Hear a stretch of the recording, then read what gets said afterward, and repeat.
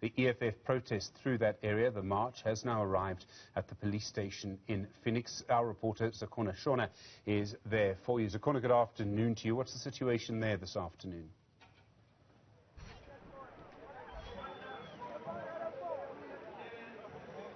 As you correctly mentioned, Stephen, we have just arrived at Phoenix Police Station. This is where the leadership of the economic freedom fighters will be handing over a memorandum of demands. The reading out of the memorandum has not commenced as yet. What is happening now on stage is that those who decided to come out to march today are being addressed by various leaders from the community of Phoenix as well as that of the EFF. So what happened is we started the march at around 11 o'clock this morning, late start. It was expected to start at 10 and marched through the Phoenix highway to reach the police station. Along the way, the marchers took moments where people's bodies were found or where bodies had been burnt, some of them taking to the knee at those spots, or having a moment of silence in prayer to honor and remember those who lost their lives in the public violence in this area. You'll remember just this week, the police minister confirmed that 36 people died in Phoenix alone, and we know that 22 people are currently arrested for those lives that were lost. So there has been a huge police presence throughout the march, and guarding the malls was the South African Defence Force along the way. We did experience instances where the marchers did throw stones at people who were onlookers at the march, but the EFF leadership tried as much as it can to maintain peace and call for calm. And as I mentioned, of course, the law enforcement officials did not leave anything to chance. There was constant South African Defence Force guarding malls, which I saw as we were passing along the way, were closed for the duration of the march.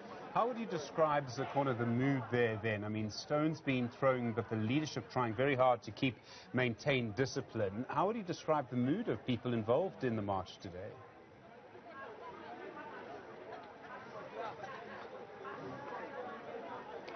Well, Stephen, the tension, the racial tension in particular is undeniable. I mean, we arrived here very early, from as early as 7 o'clock this morning, and just trying to speak to people about what happened was difficult. But there were community leaders from Phoenix who took part in the protest and were in conversation with the leaders of the EFF this morning at around 9, and they all agreed that there needs to be a solution to the racial tension between black people and Indian people living here.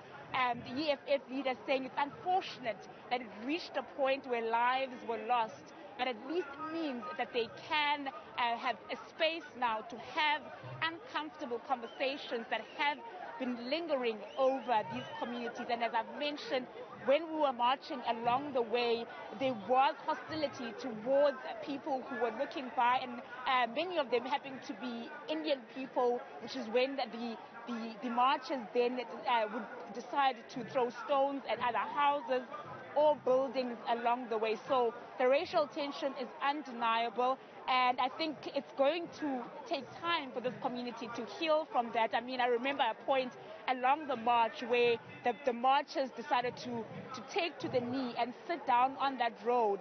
And someone explained to me that actually along that river, people's bodies were found there. And a short distance from there, you could still see some debris from fires. And people said, no, this is where people were burnt, their bodies burnt while they were alive. Also, we've heard stories of people being taken out of cars and being beaten.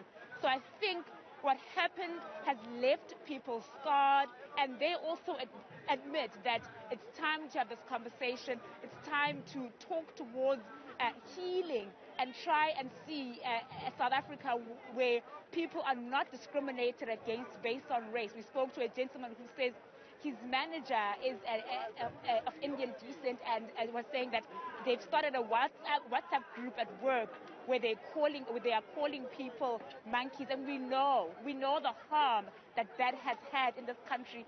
Long-standing history of people being referred to in animals' names. It's definitely condescending. It's definitely not something that we would have expected to see in 2021 in a democratic South Africa. But also along the way, speaking to journalists who have been covering the unrest here in KZN, one of them saying to me that they have had to go through very difficult times mentally, because to tell these stories is also not easy for people on the ground, and just to relive it today, where people were remembering people who have died, but also stopping at particular spots that brought pain to families. So the EFF is expected a short while from now to deliver a memorandum of demands to the police here in Phoenix. Now they say they've decided to choose the police department to deliver the memorandum of demands to, because it falls under government firstly, but also they believe rather, that should police have intervened quicker, those 36 lives could have been saved. Zikhona, there's a lot of detail coming through from what you're telling us, important descriptions around the mood, the situation, the context of this. Is it possible to know roughly how many people are involved in the protest? I'd imagine in Phoenix, this is the only event that's happening today. This is a big thing for the communities in this area.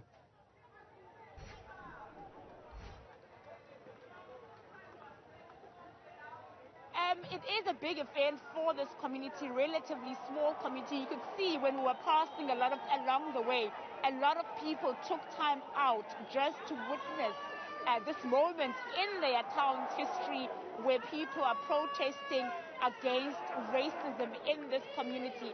The crowd behind me, I would say hundreds of people showed up to take part in this march. There were bussed in from several places around KZN. So it's not just the community of Phoenix that showed up for this march today, but there are buses coming from various areas. I would estimate here, just having a look, at least 2,000 to 3,000 people showed up in their numbers to show support to the leaders of the EFF in their call for an end to racism in Phoenix, given what we saw playing out here about 2 to 3 weeks ago. So, Zikhona, what are we expecting to happen now? This event on the stage is likely to continue for some time, I imagine. There's a lot to say from the EFF on this issue.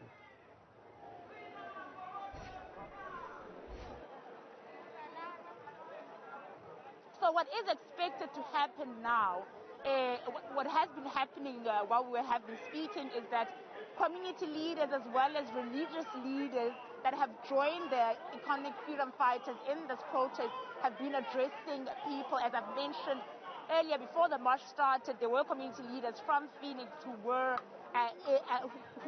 in agreement with the EFF leaders that this is needed. We spoke to a man, Theo Pele, who says he has been doing community work in Phoenix for years, and he agrees with the EFF that this is a stand that needs to be taken, and they were quite pleased that the march will be peaceful coming from the leadership. So what's expected to happen now is that a representative from this police station is expected to receive that memorandum of demand. The EFF did not want to go into detail as to what exactly it is that they are demanding earlier, saying that they will read out the memorandum of demands once they get to this police station. We don't expect this part of the program to take long. As you can see, this is a COVID-19 super spreader. Many people not wearing masks.